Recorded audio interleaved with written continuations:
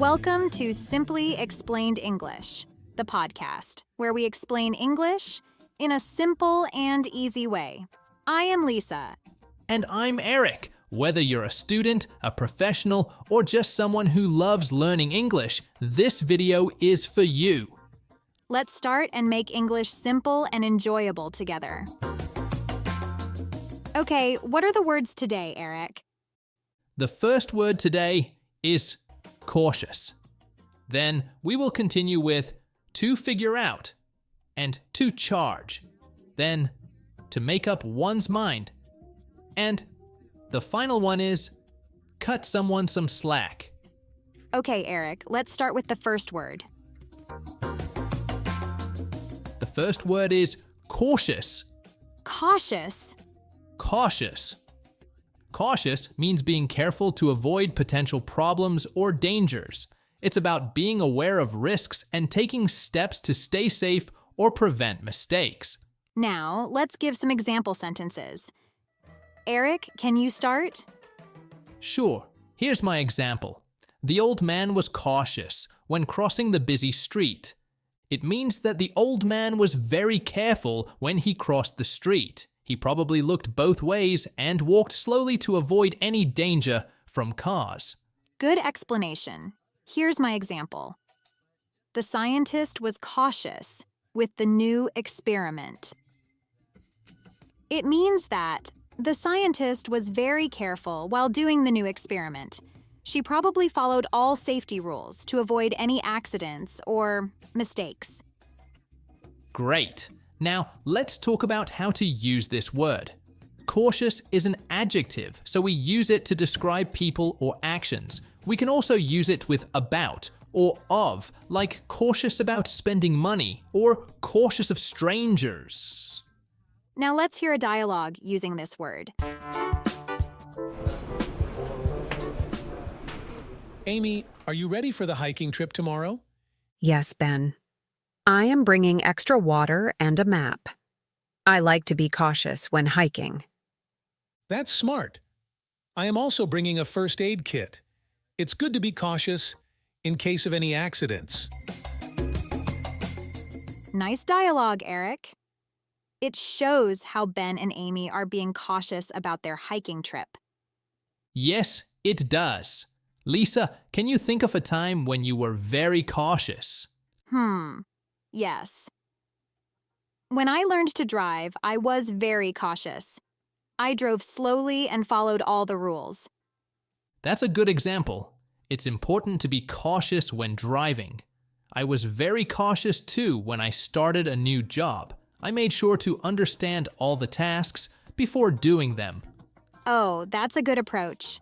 Do you think being cautious is always a good thing? Most of the time, yes. Being cautious can help prevent mistakes and keep you safe, but sometimes being too cautious can stop you from trying new things. That's true. It's about finding a balance. Well, that's it for our word cautious. We hope our viewers all understand it better now. Let's move on to our next word. What's the next word, Eric? The next word is to figure out. To figure out. To figure out. To figure out means to understand or solve something after thinking about it. When you figure something out, you find the answer or solution. Yes, that's right. Now, let's give some example sentences. Eric, you go first. Sure, here's the first example sentence. She finally figured out how to use the new phone. It means that she understood how to use the new phone after trying and thinking about it. Here is the second example sentence. We need to figure out the best way to finish this project. It means that we need to find the best way to complete the project after considering different options. Right. To figure out is often used when solving problems or understanding something difficult. Now, let's listen to a sample dialogue using the phrase to figure out.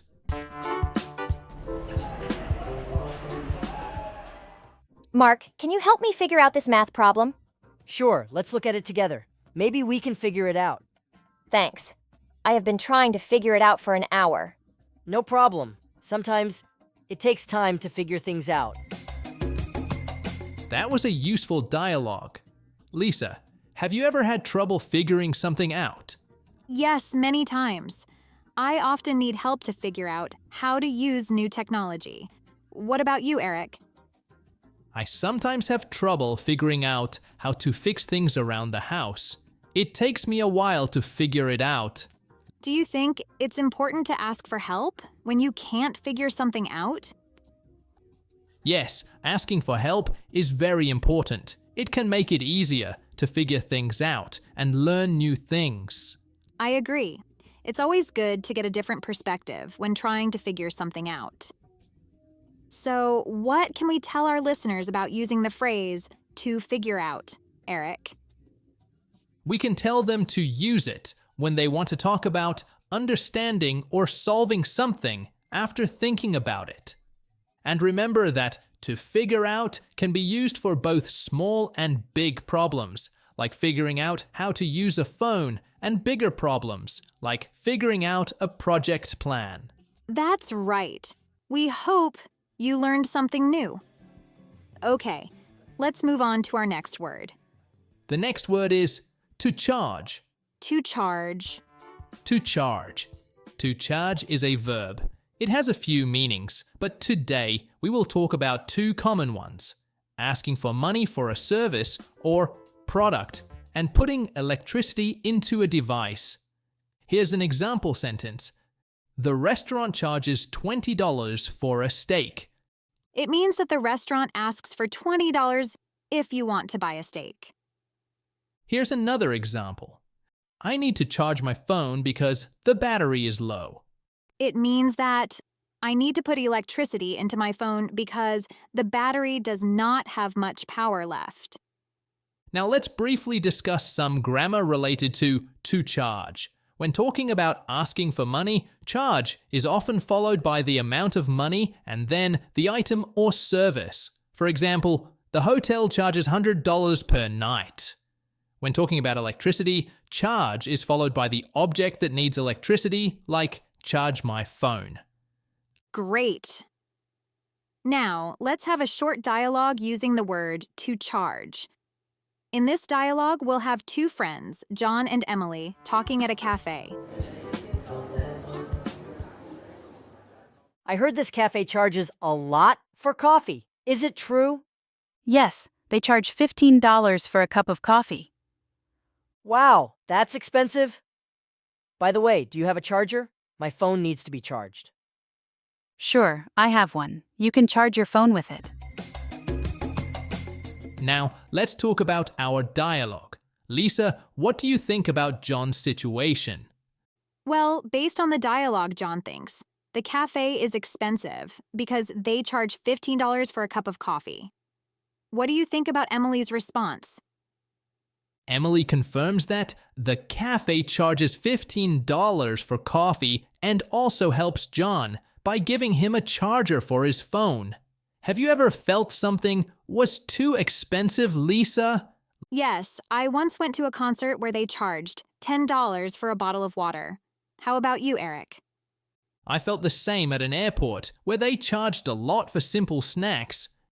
Do you think it's fair for places to charge high prices? Sometimes it can be too much, but it depends on the location and service. I agree. It's important to balance quality and price. And just remember that to charge can mean asking for money or putting electricity into something. It's a versatile verb. Okay, let's move on to our next word. The next word is make up one's mind. Make up one's mind. Make up one's mind. Great choice. Make up one's mind means to decide something after thinking about it. When you make up your mind, you decide what you want to do. Exactly. For example, she made up her mind to study abroad. It means that she decided to study in another country. My example sentence is, he can't make up his mind about which movie to watch. It means he is struggling with which movie to choose. So, make up one's mind is used when someone finally makes a decision after considering different options. Good point, Eric. Now, let's use make up one's mind in a short dialogue. Alex and Sarah are talking about weekend plans.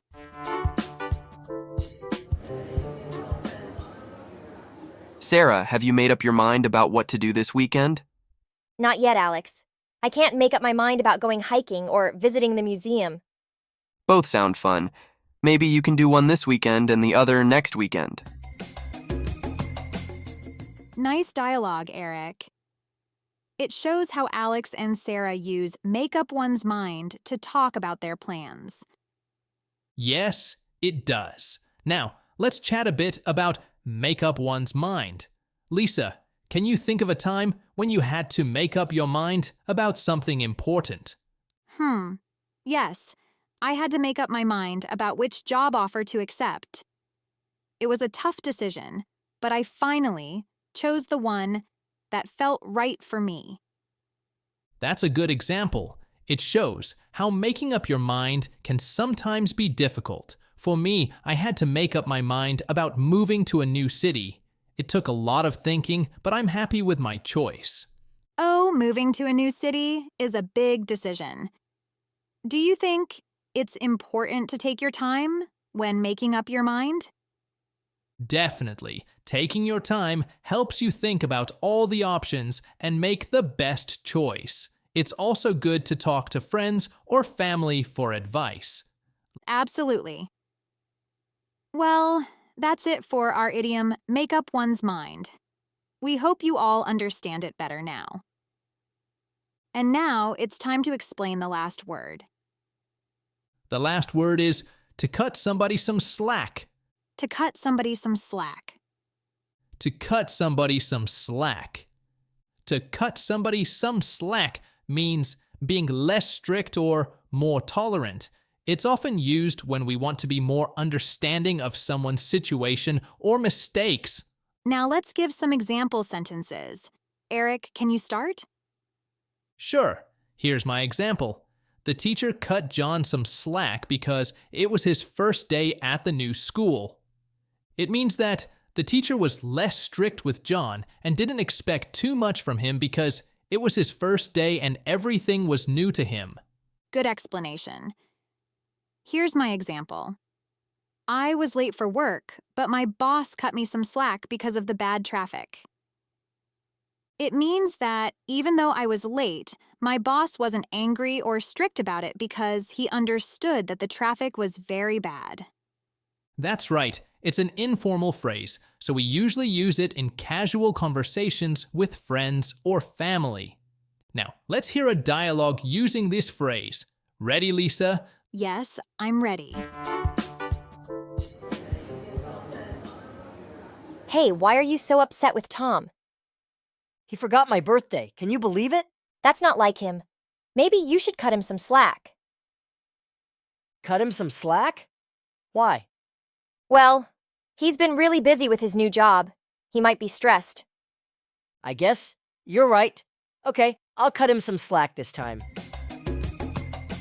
That was an interesting dialogue, Eric. Let's talk about the idiom. Do you think it's important to cut people some slack sometimes, Eric? Yes, I do. Everyone might make mistakes or have difficult times, so being understanding can help relationships. What do you think, Lisa? I agree. Cutting someone some slack can show kindness and empathy. Have you ever had to cut someone some slack? Yes, once I cut my roommate some slack when he was late with the rent because he had a family emergency.